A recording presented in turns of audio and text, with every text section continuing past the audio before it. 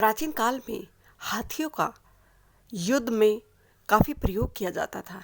अगर आप इतिहास को सही से जानते हैं तो आपको पता होगा कि मगध प्रदेश की जो विजय का राज था उसमें हाथियों का बहुत महत्वपूर्ण रोल था। इसी तरह एक राजा के यहाँ पर भी काफ़ी हाथी थे, लेकिन उनमें से एक हाथी राजा का अपना बहुत पसंदीदा था, क्योंकि यह बहुत ही शक्तिशाली था और बुद्धिमान भी था। और राजा ने काफ़ी सारी जंग इस हाथी की सहायता से जीती थी, इसलिए राजा को यह बेहद पसंद था। लेकिन समय के साथ वृद्ध होने के कारण अब राजा इसे युद्ध के मैदान में नहीं लेकर जाते थे। एक दिन यह हाथी तालाब के पास पानी पीने गया। जैसे ही तालाब के पास गया तो यह तालाब के कीचड़ में फंस गया। जैसे ही हाथी ने बार बार कोशिश की कीचड़ से निकलने की, तो वजन अधिक होने के कारण वहीं उम्र के तकाव का भी एक कारण था कि यह निकलने में सफल ना हो सका और अधिक कीचड़ में फंसता चला गया।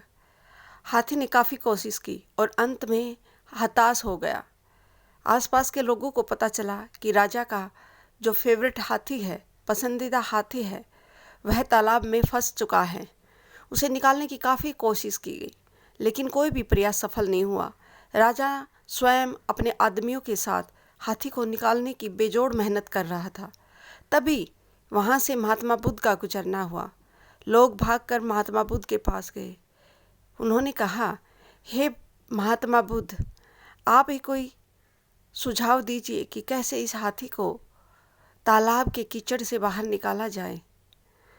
महात्मा बुद्ध ने राजा से सारी बातें सुनी और सारी बातें हाथी के बारे में जानने के बाद कहा कि ऐसा कीजिए, आप युद्ध में बजाए जाने वाले जो नगाड़े और ड्रम होते हैं वो लेकर आइए और हाथी के चारों तरफ उनको बजाइए। राजा ने आदेश दिया। तुरंत उसके आदमी दौड़े गए और युद्ध में बजने वाले जो ढोल थे वो लेकर आए। हाथी के चारों तरफ वो ढोल बजाए गए और हाथी के अंदर उसके व्यवहार में एक बदलाव आना प्रारंभ हुआ।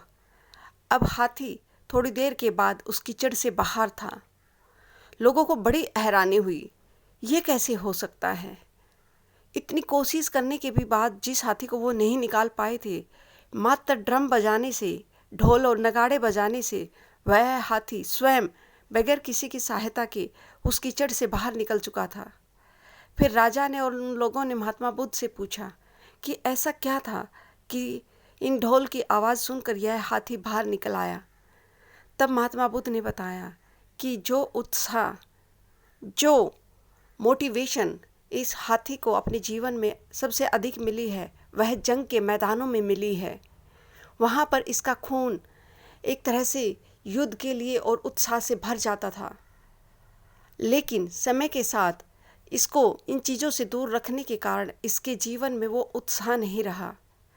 इसको स्वयं को मोटिवेट करने की ज़रूरत थी और इन ड्रम ने वही कार्य किया कि यह हाथी फिर से उत्साह से उत्सर्जित होकर उस कीचड़ से बाहर निकलने में सक्सेसफुल हुआ। और यही चीज़ हम सब पर भी लागू होती है। कई बार हमारे जीवन में निराशा आती है, हम थक जाते हैं और हम गलत रास्ता भी पकड़ लेते हैं। लेकिन यह सोचने की ज़रूरत है कि अपने हथियार डालने से, गलत रास्ते पर चलने से किसी चीज़ का समाधान नहीं होता। इसलिए समय समय पर जब आपको ज़रूरत हो तो अपने लिए अपनी वो मोटिवेशन जो आपके लिए काम करती है उसे ज़रूर ढूंढें। आई होप आपको ये स्टोरी ज़रूर पसंद आई होगी and thanks for listening to me.